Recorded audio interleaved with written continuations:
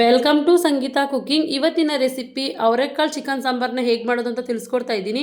ಈ ಅವರೆಕಾಳು ಸೀಸನಲ್ಲಂತೂ ಒಂದ್ಸಲನಾದರೂ ಈ ರೆಸಿಪಿನ ಟ್ರೈ ಮಾಡಿ. ಹಳ್ಳಿಗಳ ಕಡೆ ಅಂತೂ ತುಂಬ ಫೇಮಸ್ ಆದಂತಹ ರೆಸಿಪಿ, ತುಂಬ ರುಚಿಯಾಗಿ ಬರುತ್ತೆ. ಅನ್ನ, ಮುದ್ದೆ, ಚಪಾತಿ, ದೋಸೆಗೂ ಕೂಡ ಸೂಪರ್ ಕಾಂಬಿನೇಷನ್ ಅಂತಲೇ ಹೇಳ್ಬೋದು. ಬನ್ನಿ ಇದನ್ನು ಹೇಗೆ ಮಾಡೋದು ಅಂತ ನೋಡೋಣ. ಫಸ್ಟು ನಾನು ಇಲ್ಲಿ ಮಸಾಲನ ಪ್ರಿಪೇರ್ ಮಾಡ್ಕೋತಾ ಇದ್ದೀನಿ. ನಾನೊಂದು ಮಿಕ್ಸಿ ಜಾರ್ಗೆ 2 ಗಡ್ಡೆಯಷ್ಟು ಈರುಳ್ಳಿ, ಹಾಗೆ ಸ್ವಲ್ಪ ಚಕ್ಕೆ ಲವಂಗನೂ ಕೂಡ ಸೇರಿಸ್ಕೊಂಡಿದ್ದೀನಿ. ಹಾಗೆ ಸ್ವಲ್ಪ ಶುಂಠಿನೂ ಕೂಡ ಸೇರಿಸ್ಕೊತಾ ಇದ್ದೀನಿ. 1 ಗಡ್ಡೆಯಷ್ಟು ಬೆಳ್ಳುಳ್ಳಿನೂ ಕೂಡ ಸೇರಿಸ್ಕೊಂಡಿದ್ದೀನಿ.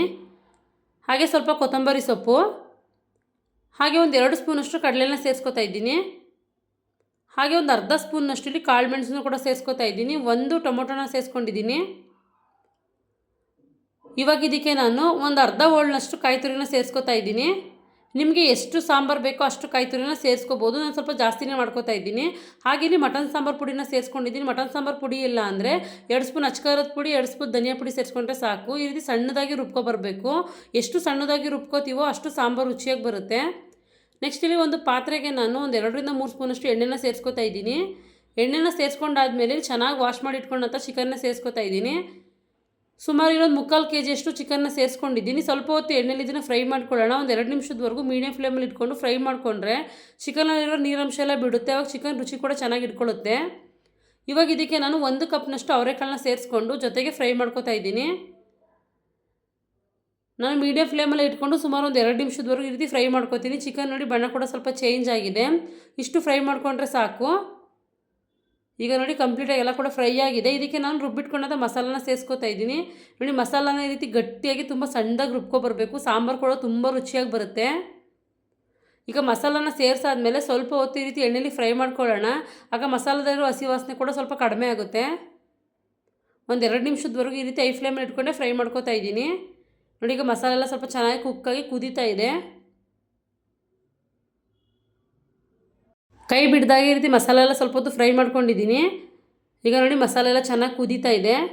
ಇವಾಗ ಇದಕ್ಕೆ ನಮಗೆ ಸಾಂಬಾರು ಎಷ್ಟು ಬೇಕೋ ಅಷ್ಟು ನೀರನ್ನ ಸೇರಿಸ್ಕೋಬೋದು. ಸಾಂಬಾರು ಸ್ವಲ್ಪ ತೆಳ್ಳಗೆ ಮಾಡ್ಕೋಬೇಕು. ಕಡಲೆ ಸೇರಿಸಿರೋದ್ರಿಂದ ಸಾಂಬಾರು ಬೇಗ ಗಟ್ಟಿಯಾಗಿಬಿಡುತ್ತೆ.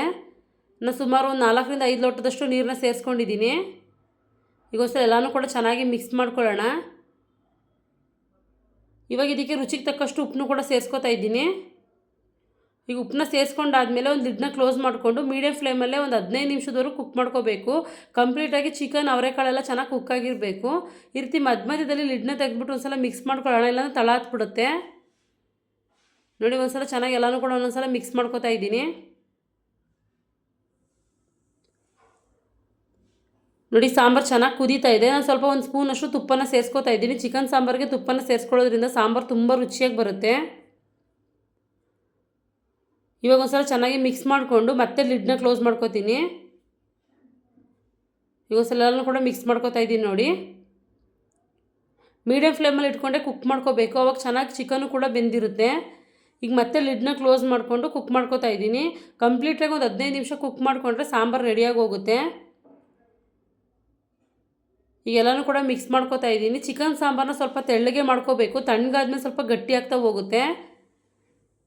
ಈಗ ನೋಡಿ ಸಾಂಬಾರೆಲ್ಲ ಚೆನ್ನಾಗಿ ಬೆಂದು ಎಲ್ಲ ಕಡಿಮೆ ಆಗಿದೆ. ಕಲರ್ ಕೂಡ ಚೇಂಜ್ ಆಗಿದೆ ನೋಡಿ. ಈಗ ಕೊನೆಯಲ್ಲಿ ಸ್ವಲ್ಪ ಕೊತ್ತಂಬರಿ ಸೊಪ್ಪನ್ನ ಸೇರಿಸ್ಕೊಂಡು ಒಂದು ಸಲ ಮಿಕ್ಸ್ ಮಾಡ್ಕೋತೀನಿ.